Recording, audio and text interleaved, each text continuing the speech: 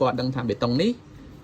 និងបេតុងនេះឬបេតុងទាំងអស់នឹងប្រើដោយរបៀបណាខ្លះកំណត់បែបណាខ្លះតោះបងប្អូនឥឡូវយើងសាក់លបងក្នុងការ set up ទាំងអស់គ្នាសម្រាប់បងប្អូនដែលត្រូវការកាហ្វេគ្រាប់ដែលទៅលីងថ្មីមិនថារសជាតិស្រាលរសជាតិមធ្យមឬក៏រសជាតិដិតធ្ងន់បងប្អូនអាចតាក់ទង Telegram នៅលើវីដេអូនេះ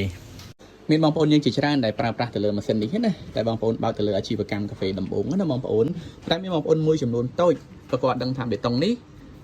និងបេតុងនេះឬបេតុងទាំងអស់នឹងប្រើដោយរបៀបណាខ្លះកំណត់បែបណាខ្លះតោះបងប្អូនឥឡូវយើងសាក់លបងក្នុងការ set up ទាំងអស់គ្នាដើម្បីងាយស្រួលដែលបងប្អូនកំណត់ទៅលើបេតុងណាមួយដើម្បីបងប្អូនចង់បានកម្រិតទឹកបែបណាតោះឥឡូវយើងតាមដានទាំងអស់គ្នាពីបងប្អូនខ្ញុំសូមកំណត់តាក់ទងទៅលើការឆុងកាហ្វេ2សតទៅលើបេតុងមួយនេះអញ្ចឹងណាបងប្អូនអញ្ចឹងបើសិនជាបងប្អូនចុចយកមកតែម្ដងយើងអត់ដឹងថា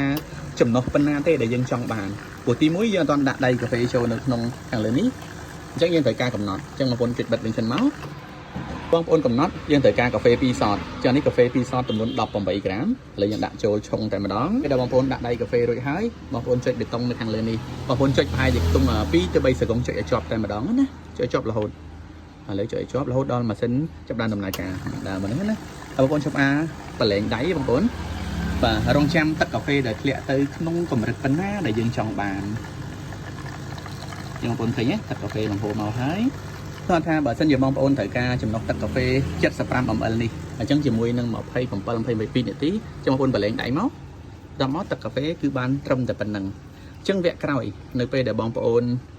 ឆុងកាហ្វេបងប្អូនដាក់ដៃកាហ្វេរួចបងប្អូនចុចបេតុងតែមួយនេះទេវានឹងចេញតាមការកំណត់ដែលយើងបាន set up អំបញ្ញមិញនឹងផងដែរណាបងប្អូនចាប់ការកំណត់ទៅលើបេតុងនេះ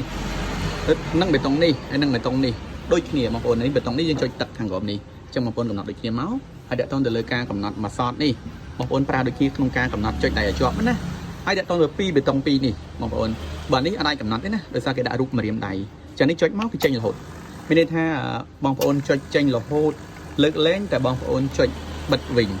បើបងប្អូនអត់ចុចបិទទេទឹកវាហូររហូតអស់ពីធុងរបស់យើងក៏ថាបានដែរចាំបងប្អូនបិទវិញមកហើយដាក់តទៅលើកន្លែងនេះវិញបងប្អូនឃើញទេរូបនេះដូចរូបសំណើមរូបទឹកចឹងណាអញ្ចឹងកន្លែងហ្នឹងគឺជាតាក់ទងនឹងកន្លែងដែល steam នេះបងប្អូនខ្ញុំបើក steam ណានៅពេលដែលយើងបើក steam បងប្អូនទេ steam វារៀងអត់ទៅចេញចំហាយទឹកប៉ុន្មានទេពេលដែលយើងចុចបេតុងនេះបងប្អូនមើលចុចលុប plate ណាបងប្អូនមើលលុប plate លុបនេះការដែលចំហាយទឹកចេញមកក្នុងនេះវាចេញខ្លាំងបងប្អូនឃើញអត់នៅពេលដែលយើងបិទវិញបិទបេតុងនេះវិញបិទវិញលុបចេះចំហាយទឹក